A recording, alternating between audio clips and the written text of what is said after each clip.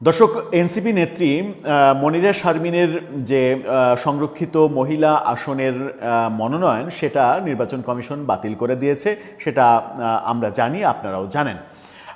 সেই বাতিল করে দেওয়ার কারণ হচ্ছে সরকারি চাকরি করতেন তিনি। সরকারি চাকরিতে নানা ধরনের মিথ্যার আশ্রয় নিয়ে তিনি রাজনীতিতে যোগ দিয়েছিলেন। দীর্ঘদিন অসুস্থতার অজুহাত দেখিয়ে ছুটি নিয়ে তিনি রাজনীতি করেছেন, যেটা আইনের পরিষ্কার লঙ্ঘন, এবং তিনি বেতন নিয়েছেন। এবং পরবর্তীতে 3 বছর মেয়াদ তো অনেক দূরের কথা, 5 মাস মেয়াদ হওয়ার আগেই তিনি এমপি হওয়ার ইচ্ছা পোষণ করেছেন, যেটা বাংলাদেশের সংবিধান অনুযায়ী পুরোটাই অবৈধ। সেই কারণে তার মনোনয়ন বাতিল হয়েছে। কিন্তু সেই সঙ্গে নুসরাত তাবাসসুমও মনোনয়নপত্র জমা দিয়েছিলেন। জামাত জোটের যে প্রার্থী দেওয়ার কথা, 13 জন প্রার্থী দেওয়ার কথা জামাত জোটের, সেখানে 14 জন প্রার্থী মনোনয়ন জমা দিয়েছিলেন। যদিও নুসরাত তাবাসসুম নির্ধারিত সময়ের প্রায় 14-15 মিনিট পরে মনোনয়ন জমা দিয়েছিলেন। এই কারণে তার মনোনয়ন প্রথমে গ্রহণই করেনি নির্বাচন কমিশন। কিন্তু হাইকোর্টের মেটিকুলাস সিদ্ধান্তে আমরা দেখেছি যে তার মনোনয়ন গ্রহণ করার জন্য নির্বাচন কমিশনকে আদেশ দেওয়া হয়েছে। নির্বাচন কমিশন সেটা আজকে বাছাই করে সেটাকে বৈধ ঘোষণা করেছে। এরপরে কি নুসরাত তাবাসসুমকে এমপি হিসেবে গেজেটও প্রকাশ করা হবে?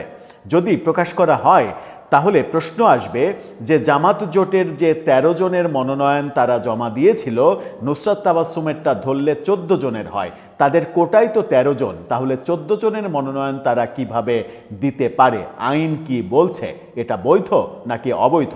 যদি সংখ্যার অতিরিক্ত মনোনয়নপত্র জমা দেয়াই যায়, তাহলে সেই অতিরিক্ত জনের অবস্থা কি হবে? কারণ এটা তো সংসদে এমন না যে উন্মুক্ত ভোট হবে, উন্মুক্ত ভোটের মাধ্যমে নির্ধারিত হবে কে এমপি হবে কে হবে না। ব্যাপারটা তো তা নয়। ব্যাপারটা নিয়ম হচ্ছে যে সংসদ সদস্যদের প্রাপ্ত আসনের ভিত্তিতে যার কোটাতে যতটা আসন হবে, যেমন বিএনপি 36টা ভাগে পেয়েছে, তারা 36 জনের মনোনয়ন দিয়েছে। তারা তো চাইলে 72 জনের মনোনয়ন দিতে পারতো, কিন্তু সেটা তো তারা দেয়নি, 36 জনের দিয়েছে। জামাত জোটের 13 জনের কোটা রয়েছে, তারা 13 জনেরই দেওয়ার কথা, কিন্তু তারা 14 জনের মনোনয়ন জমা দিল। এই যে অতিরিক্ত একজন নুসরাত তাবাসসুম, তার ব্যাপারে আইন কি বলছে, তার ব্যাপারে নির্বাচন কমিশন কি বলছে, তিনি নিজেই বা আজকে কি বললেন? তারটা কি সংসদে উন্মুক্ত ভোটের জন্য চলে যাবে? চলুন একটু আলোচনা করে বুঝে ওঠার চেষ্টা করি এই মেটিকুলাস ব্যাপারটা। থাকবেন পলিটিক্স টিভির নিয়মিত আয়োজনে।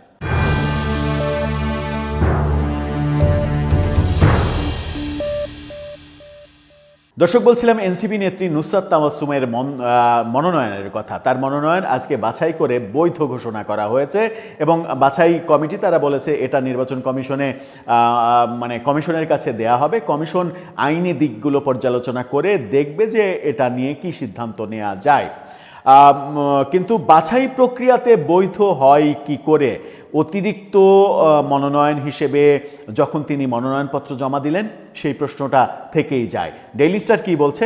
ডেইলি স্টারের শিরোনামটা দেখে নিন। বলা হচ্ছে সংরক্ষিত নারী আসন নুসরাত তাবাসসুমের মনোনয়নপত্র বৈধ। আজকে বৈধ ঘোষণা করা হয়েছে। রিটার্নিং কর্মকর্তা বৈধ ঘোষণা করেছেন। তিনি জাতীয় নাগরিক পার্টির যুগ্ম আহ্বায়ক নুসরাত তাবাসসুম।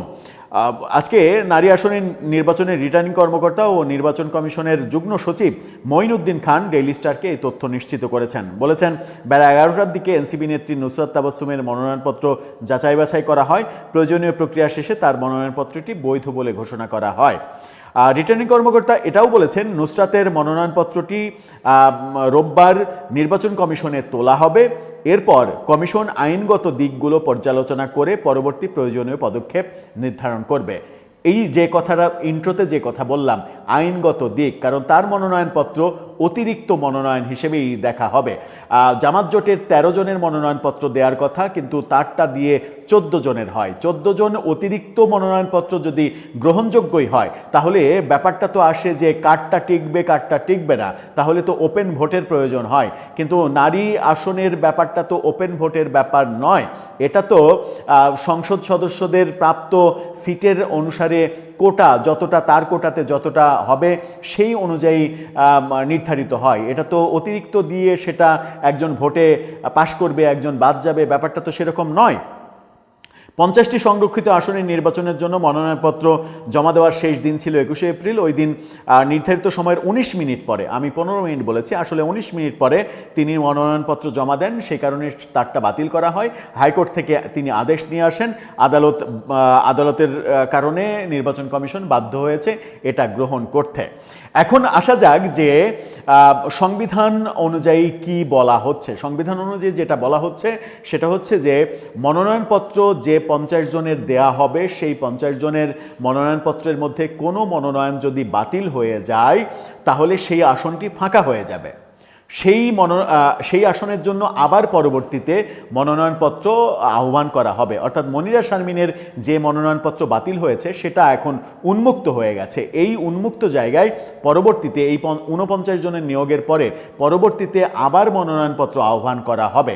পরবর্তীতে আবার যখন আহ্বান করা হবে তখন শুধুমাত্র ওই এনসিপি কিংবা জামাত জোট নয়, বিএনপি, গণ অধিকার পরিষদ কিংবা জুনায়েদ সাকিরা যারা জিতেছেন তারা সবাই তাদের প্রার্থী মনোনয়ন দিতে পারবেন এবং সেটা সংসদে উন্মুক্ত 300 জনের মধ্যে ভোটাভুটি হবে। 300 জনের মধ্যে ভোটে যিনি জিতবেন তিনিই ওই আসনের মহিলা সদস্য হবেন।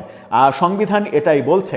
সংবিধান যখন এটা বলছে, মনিরা শারমিনের মনোনয়নপত্র যখন বাতিল হয়েছে, 49 জনের নামে গেজেট প্রকাশ হয়ে গেছে, তখন নুসরাত তাবাসসুমের এই অতিরিক্ত মনোনয়নপত্র কিভাবে গ্রহণযোগ্য হয়, এটাই আইনি একটা বড় প্রশ্ন। কারণ অতিরিক্ত মনোনয়নপত্র জমা দেওয়ার কোনো স্কোপ রয়েছে কিনা তার নির্ধারিত কোটার বাইরে, সেটা একটা প্রশ্ন। আর একটা প্রশ্ন হচ্ছে, নুসরাত তাবাসসুমের এই মনোনয়নপত্র কি মনিরা শারমিনের বাতিল হওয়া মনোনয়নপত্রের জায়গায় রিপ্লেস করবে? সেই জায়গায় কি এটাকে দেয়া হবে? ওই ফাঁকা হওয়াটাতে নুসরাত তাবাসসুম এমপি হয়ে যাবেন? সংবিধান কিংবা আইন তো সেটা বলছে না। তাহলে নুসরাত তাবাসসুমের এই মনোনয়নপত্র কিভাবে গ্রহণযোগ্য হলো, এর পরের স্টেপ কি? নুসরাত তাবাসসুম আজকে সাক্ষাৎকারে বলেছেন যে এটার এখনও অনেক আইনি দিক রয়েছে, এখনও গেজেট প্রকাশ হয়নি। গেজেট প্রকাশ হওয়ার পরে সংসদে যাওয়ার প্রশ্ন। আমি সংসদে যাই বা না যাই, আমি আমার দলের প্রতিনিধিত্ব সব জায়গায় করতে চাই, এরকম বক্তব্য দিয়েছেন, পজিটিভ বক্তব্যই দিয়েছেন। তার বক্তব্যেও স্পষ্ট হয়েছে যে তার এই মনোনয়নটা অনেক আইনি জটিল ব্যাখ্যার বিষয় হয়ে দাঁড়িয়েছে। কিন্তু সবথেকে বড় প্রশ্ন হচ্ছে যে এই অতিরিক্ত মনোনয়নপত্র যখন জমা দেওয়া হলো তখন মূল আইনটা নিয়ে নির্বাচন কমিশন কি ভাববে? হাইকোর্ট চাপিয়ে দিয়েছে নির্বাচন কমিশনের উপরে যে তার মনোনয়নপত্র গ্রহণ করা হোক। এই চাপিয়ে দেওয়াটা আইনের মধ্যে থেকে করা হয়েছে নাকি সেখানেও আইনের কোনো ব্যত্যয় হয়েছে, সেগুলো আমরা হয়তো আগামীকালকের পরে নিশ্চিত হতে পারবো। কি হতে যাচ্ছে দর্শক, আপনার কাছে কি মনে হয়? মনিরা শারমিনের ওই ফাঁকা আসন এটাকে দিয়ে পূরণ করা হবে? সেটা তো আইন বলছে না, সংবিধান বলছে না। তাহলে কি হবে? আপনার মতামত জানিয়ে লিখতে পারেন আমাদের কমেন্ট বক্সে।